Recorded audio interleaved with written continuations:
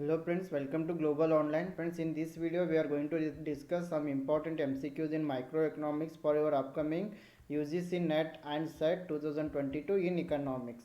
And friends, if you are preparing for UGC NET or any state level SET in economics, this crash course is very helpful for you.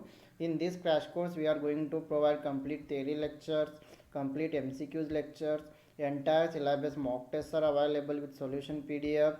Then notes are available on all the units. Practice MCQ set is available. If you want to join, you can contact this number, and you can also download our Global Online app from Play Store. After downloading, you can register by using your mobile number or email ID. Then you can search UGC NET Economics. Then you can access our material here.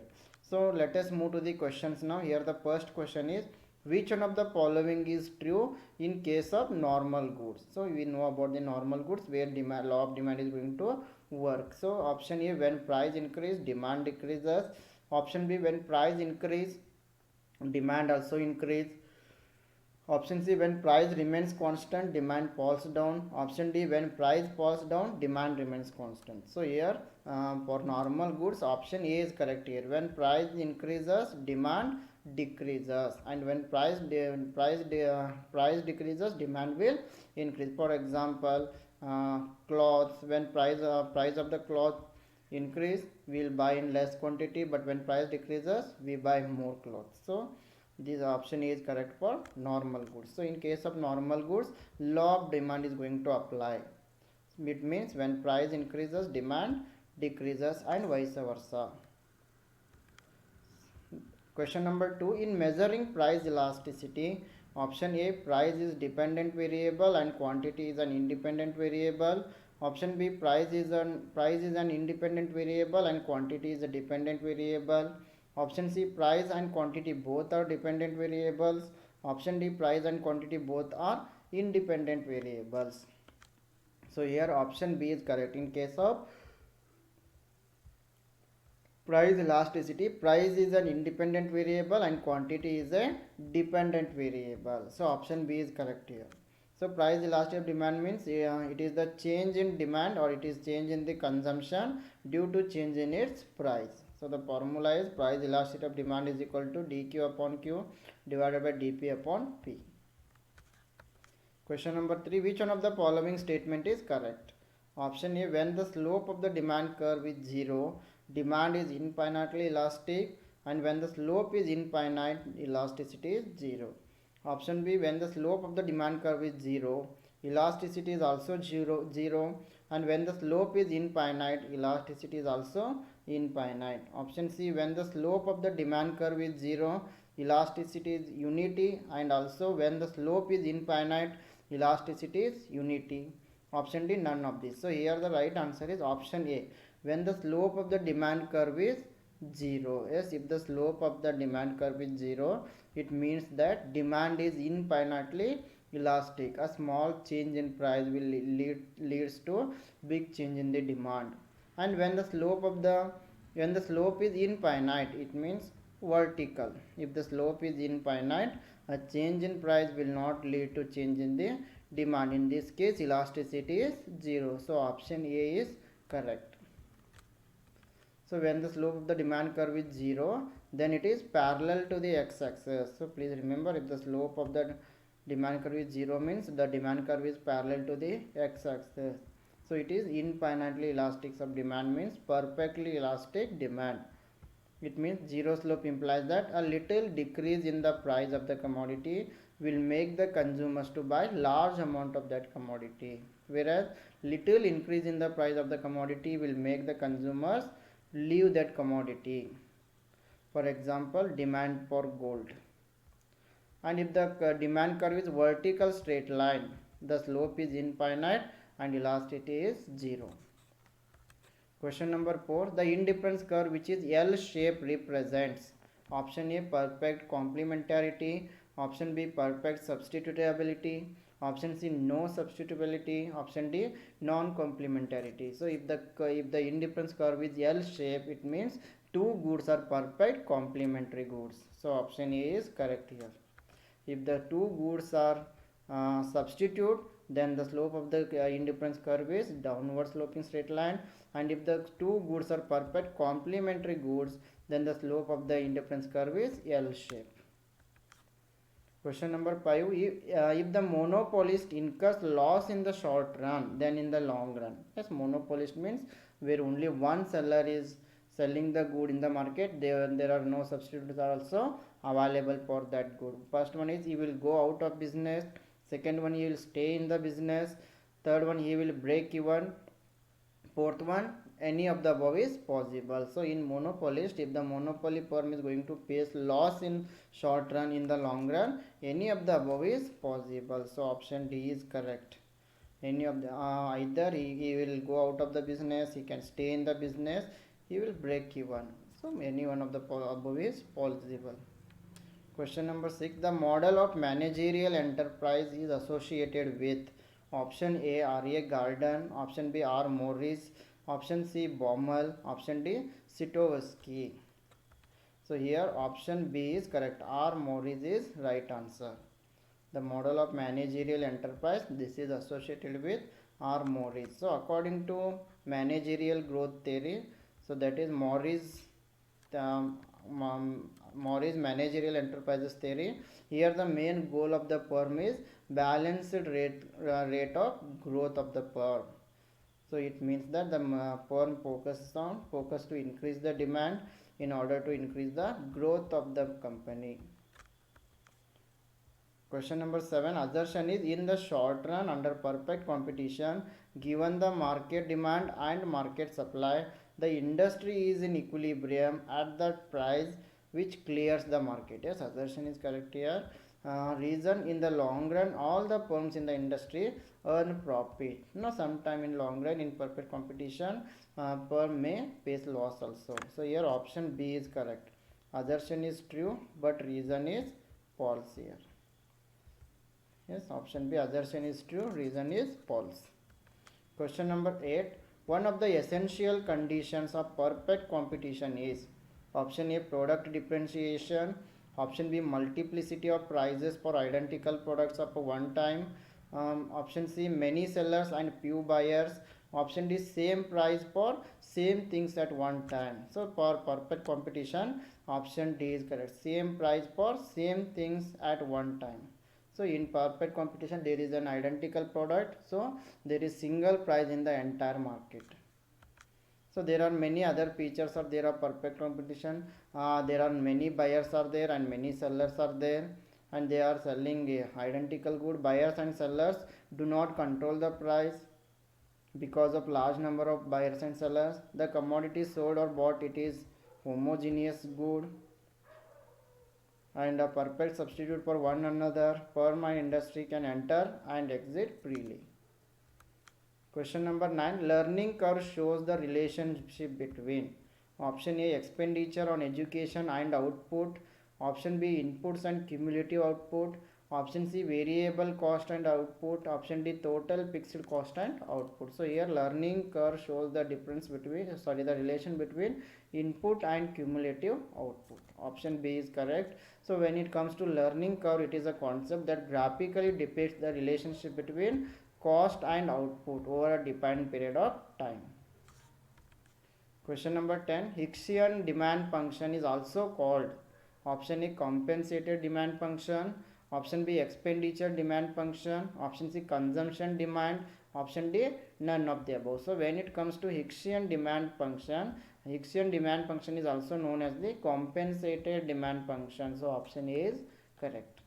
So a consumer's Hicksian demand function or compensated demand function for a good is quantity demanded as part of the solution to minimizing his expenditure on all goods while delivering a fixed level of utility. So this is Hicksian demand function. Question number 11. The optimum output of a firm under perfect competition would be at option A the increasing part of the average cost curve, option B the minimum point of average cost curve, option C the decreasing part of average cost curve, option D the decreasing part of marginal cost curve. So here option B is correct. The optimum output of a firm under perfect competition. So here at equilibrium. In case of at equilibrium, the marginal cost and where MR is equal to MC, there will find an equilibrium. At this point, the average cost is minimum here. So option B is correct answer. So price is greater than average cost, the firm is making a profit, and price intersected my marginal cost at the minimum point of average cost. Question number 12. In Walrasian general equilibrium model, all prices and quantities in all markets are determined. Option A independently, option B simultaneously, option C one after another, option D separately. So according to Walras, in general equilibrium model, all prices and quantities in all markets are determined simultaneously. So option B right answer. So in Walrasian system, the most ambitious general equilibrium model was developed by the French economist Lionel Walras, and his elements, his book is Pure Economics, Elements of Pure Economics. And Walras argued that all prices and quantities in all markets are determined simultaneously through the interaction of one another. Question number 13. The dynamic theory of profit by J.B. Clark says, option A, profit is due to expectations under conditions of uncertainty. Option B, profit is because of the risk of entrepreneur. Option C, profit is the result of innovation. Option D, profit is the difference between price and cost of production. So according to dynamic theory of J.B. Clark, profit is the difference between price and cost of production. So dynamic theory of profit was given by J.B. Clark, and he stated that profit rise in that type of economy where the things change. So it is known as the dynamic theory, and no profits will be generated in the static economy. So the profit is the difference between cost and price. Question number 14. Any point along the Edgeworth contract curve is option A Pareto efficient point, option B Pareto inefficient point, option C Pareto suboptimal point, option D Pareto's welfare point.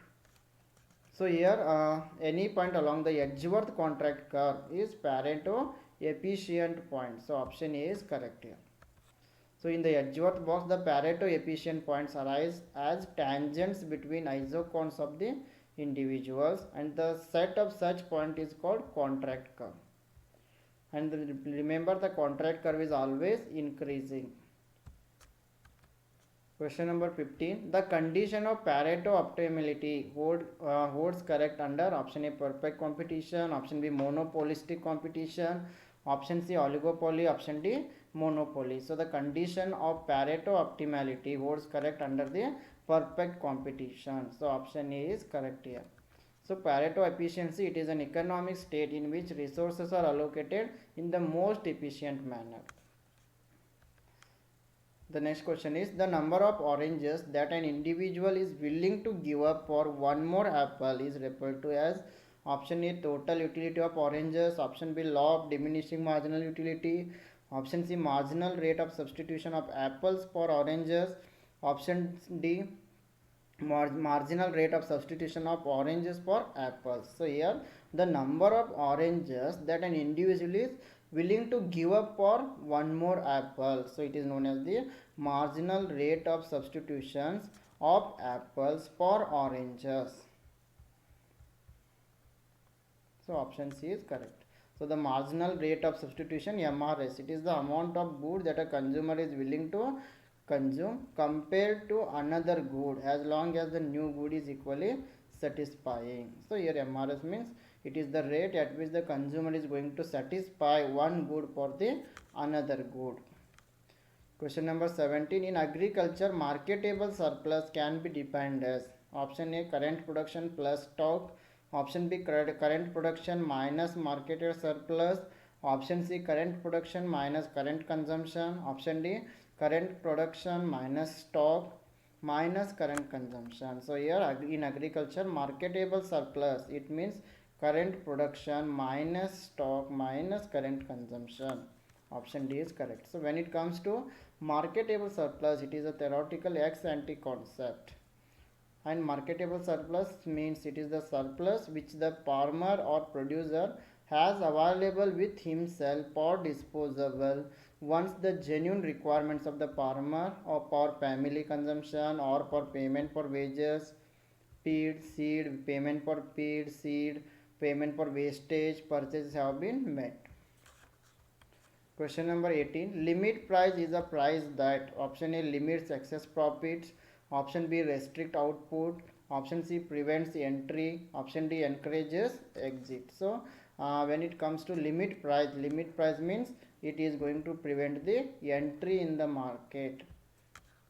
So limit price, it is a price or pricing strategy where products are sold by a supplier at price low enough to make unprofitable for other players in the market. So here the seller is going to fix very less price for the product in order to make unprofitable for the other seller, and it is used by the monopolist to discourage entry into the market, and in some countries it is also illegal. Question number 19. Assertion is a firm under perfect competition cannot influence prices. Reason is homogeneous products are sold in a perfect competitive market. So here option D is correct. Both assertion and reason are true, but reason is not the correct explanation of assertion. A firm under perfect competition cannot influence prices due to large number of buyers and sellers and homogeneous product. This is correct. But homogeneous products are sold in a perfectly competitive market. This is also correct, but there is no any relationship between assertion and reason here. So a firm under perfect competition cannot influence the prices because buyers have complete information, and because we assume each firm's product is identical here, and firms are unable to charge a price higher than the market price because buyers and sellers, buyers are having complete information on price. Question number 20. When price elasticity is equal to unity, marginal revenue will be option A 1, option B 0, option C greater than 1, option D lesser than 1. So when price elasticity is equal to unity, marginal revenue will be 0. So option B is correct. So please remember it, when a marginal revenue is greater than 0, it means demand is elastic from here to here. And when marginal revenue is 0, so when MR is 0, demand is unit elastic. And when marginal revenue is lesser than 0, demand is inelastic. Under monopoly, option A marginal cost curve is the supply curve, option B marginal cost curve is not the supply curve, option C marginal cost curve is perfectly elastic, option D marginal cost curve is perfectly inelastic. So in case of monopoly market, the marginal cost curve is not the supply curve. Yes, the supply curve is relevant for a price taker, but in case of monopoly, monopolist is price maker. There is no supply curve for price maker. This is so because when a firm faces downward sloping demand curve, there is no unique relationship between price that it charges and the quantity it is going to sell. Question number 22. Under the monopolistic competitive market, the seller, option A has no discretion to make price, option B has discretion only to make price, option C has no discretion to regards product differentiation, option D has discretion to make price and can differentiate the product. So in case of monopolistic market, as we know, many buyers and sellers are selling differentiated product. So here option D is correct, has discretion to make price and can differentiate the product. Because of differentiate product, they can enjoy monopoly power on that good, so they can differentiate price also. So monopolistic competition occurs when an industry has many firms offering products that are similar but not identical. Firms in monopolistic competition try to differentiate their product in order to achieve market return. Question number 23. Under the indifference curve analysis, the consumer will be in equilibrium. Option A at the highest indifference curve, option B at the lowest indifference curve, option D C at the point of tangency between the indifference curve and budget line, option D at the intersection of both indifference curves. So as we all know, very easy question. In case of indifference curve analysis, the consumer equilibrium will be at the point where tangency between indifference curve and budget line. So we can say that consumer's equilibrium is achieved when the price line is tangential to the indifference curve. For example, so let us say this is budget line. So this is indifference curve. So here both are budget line is tangent to the indifference curve. This is an equilibrium point. Question number 24. Match the following. List 1 residual claimant theory, loanable funds theory, compensation criteria, social welfare function. So let us move to the answer directly. Here option D is correct. Residual claimant theory is given by Walker. Then loanable funds theory was given by Nutt Wixell. Then compensation criteria given by Calder Hicks. Then social welfare function was given by Bergson Samuelson. Question number 25. Again match the following. Here let us option C is correct. Rate of turnover related to A.E. Kahn criteria. Social marginal is related to Buchanan reinvestment and J. Pollack. Then marginal per capital is related to W. Gallinson productivity and criterion, H. Livingston. Then time series is related to A.K. Sen criterion.